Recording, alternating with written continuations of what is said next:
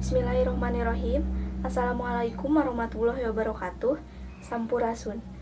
Ibu guru bahasa Sunda anu kusim kuring dipeka hormat sareng sadayana rerencangan kelas 11 IPS 2 anu kusim kuring dipikan cinta.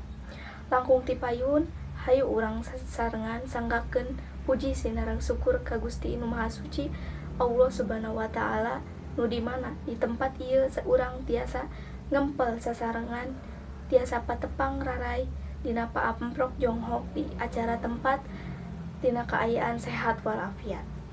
Lumangsungna dina sajarah perjuangan bangsa Indonesia urang sadayana uninga dina tanggal 28 Oktober 1828 sadaya pemuda Indonesia teh ngahiji lantaran kadorong ku sanubari hatena sanajan para pemuda bangsa Indonesia anu ngarasa sanasib sapananggunganana dina Kongres Pamuda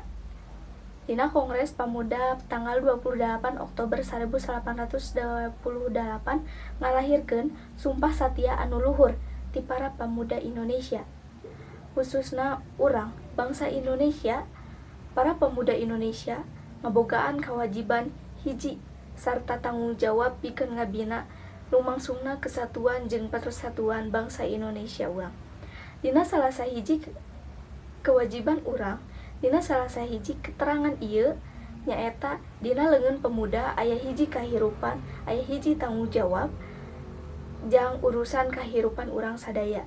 Jeung kahirupan hiji eta teh gumantung kana maju atanapi mundurna bangsa penerus bangsa atanapi pemuda bangsa di negara eta.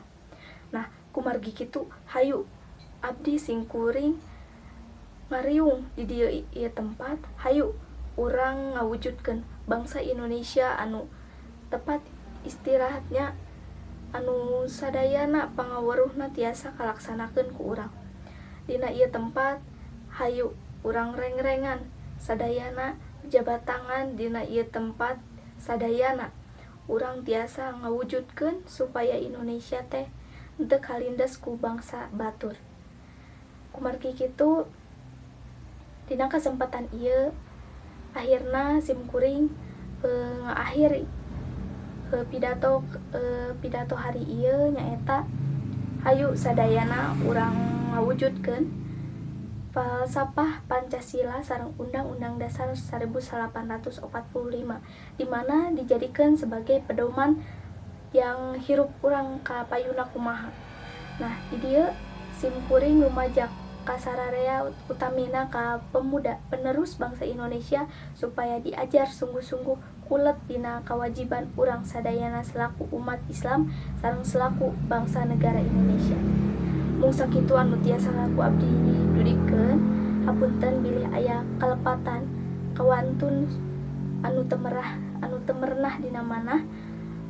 Hatur nuhun. Wassalamualaikum warahmatullahi wabarakatuh.